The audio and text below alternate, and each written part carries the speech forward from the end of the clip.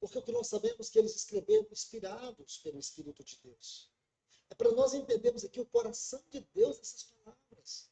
Nós estamos estudando sobre exortações.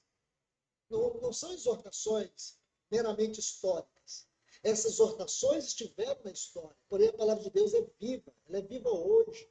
Essas exortações falam para nós o que Deus está nos falando aqui. Tende cuidado.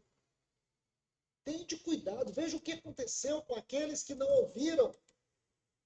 Não recuseis. Não dê as costas. É interessante, quando você observa aqui, no versículo 25, onde diz assim, desviamos daquele que dos céus nos adverte. Está vendo aí no versículo 25? A palavra desviamos. Sabe qual é o sentido dessa palavra? A tradução dela é de um guerreiro que coloca a sua espada na bainha. É alguém que diz, eu não vou lutar mais. Ou seja, ele está falando das pessoas que desistem da vida cristã, verdadeira, o relacionamento com Deus. Tanto com negar o convite, com relação ao soldado, aí, sei lá, que não vai lutar mais. Vamos continuar ouvindo. Alguém que não se importa em perder a sua vida numa batalha. Esse é o sentido. E se você olha essa palavra, como ela está escrita aqui em português, você não tem noção da força dela. E por que estamos olhando isso de forma um pouco microscópica demais? Para que a gente entenda, irmãos, todo esse quadro que o Espírito Santo coloca para nós nesse capítulo. Esse capítulo é muito importante. E nós vamos depois voltar no contexto e vocês vão ver a beleza da inspiração que o Espírito Santo trouxe para este escritor escrever para nós. Então ele diz assim, Esse termo, o Espírito Santo, trouxe para esse escritor, que toda a Bíblia, para quem não sabe disso, toda a Bíblia foi escrita pelo Espírito Santo. Espírito Santo de Deus, que é o Espírito Santo de Cristo, que faz parte da Trindade, são três em um. E é o Espírito Santo que escreveu toda a Bíblia. E é ele que está escrevendo também a vida de cada filho de Deus. Mas para isso, e aqui é o nosso objetivo, é de tocar o seu coração, para que você receba a habitação do Espírito Santo. E é o mesmo que escreveu a Bíblia. Ok? Essa ideia de ele falar que o Espírito Santo pôs no coração do escritor. O escritor aí é Hebreus. no versículo 25, desviamos daquele que do céu... Só esclarecer, Hebreus aí na verdade não é uma pessoa, é um nome dado porque o autor de Hebreus não é conhecido. Né? Muitas suposições, mas não é conhecido, só falar Hebreus. nos adverte. Aqui é voltar as costas. Dar as Apostasia, costas. botar as costas. É dar as costas para Deus. Dar as costas para Deus. O sentido é esse, irmãos. Senhores, a humanidade, eu, eu pelos meus estudos, 5% da humanidade não dá as costas a Deus. Ou seja, 95% da humanidade dá as costas a Deus. Daí o valor do nosso trabalho, daí o valor de você participar do nosso trabalho para compartilhar.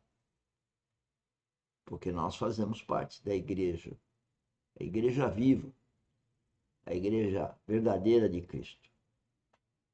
Porque ela é orgânica, ela é espiritual, ela não é uma denominação. Nem tampouco tem endereço. Amados irmãos, será que nós temos alguma dúvida que Jesus morreu por nós?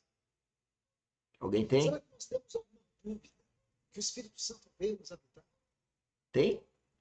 Será que existe alguma dúvida de que alguma palavra que o nosso Senhor Jesus, ou mesmo os apóstolos, nos deram por meio da sua palavra escrita, alguma palavra tenha falhado? Tem dúvida? Será que nós perdemos a esperança eterna? Espera, A questão, perdemos a esperança da vida eterna? Nós perdemos a esperança que o melhor amor é Cristo? E sem ter esse melhor amor, o amor que nós temos pelos nossos familiares, amigos, negócios, eu diria, para Deus é efêmero, porque tudo que Deus quer é que a gente seja cristão verdadeiro, que a gente seja guiado, governado por Ele, Deus, através do Espírito Santo, que habita o coração daquele que é filho dele. toda é essa, irmãos. Porque essa não é uma exortação para olharmos aquele tempo, para aqueles hebreus, mas para olhar os nossos dias. Porque os nossos dias são tão desafiadores, ou muito mais, do que foram aqueles dias dos cristãos do primeiro século. Porque eles estavam abrindo a história da igreja. E nós somos a geração que está fechando a história da igreja. Eu diria com muito temor no meu coração. Digo, aliás, com muito temor no meu coração. Possivelmente, irmãos, a nossa responsabilidade seja maior. E falo isso respaldado pela palavra de Deus. Olhando um contexto um pouco mais distante, aqui no capítulo 11, eu não vou ler aqui todo o texto, mas apenas para lhes dizer. Esse capítulo 11, ele nos conta a história daqueles que vieram antes de nós. Daqueles chamados aqui dos heróis da fé. Essa galeria destes heróis da fé. Esses que viveram a vida de fé. Esses que morreram por causa da fé. Correram a carreira cristã da fé. Estes aqui, eles não puderam alcançar a promessa.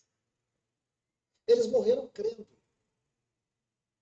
Eles viveram todas as dificuldades da sua Está geração. entendendo? Ele está falando da igreja primitiva e até da atual, dizendo que a primitiva, o pessoal morreu sem o que nós estamos esperando agora, nós, filhos de Deus, que é a vinda de Cristo, a segunda vinda de Cristo.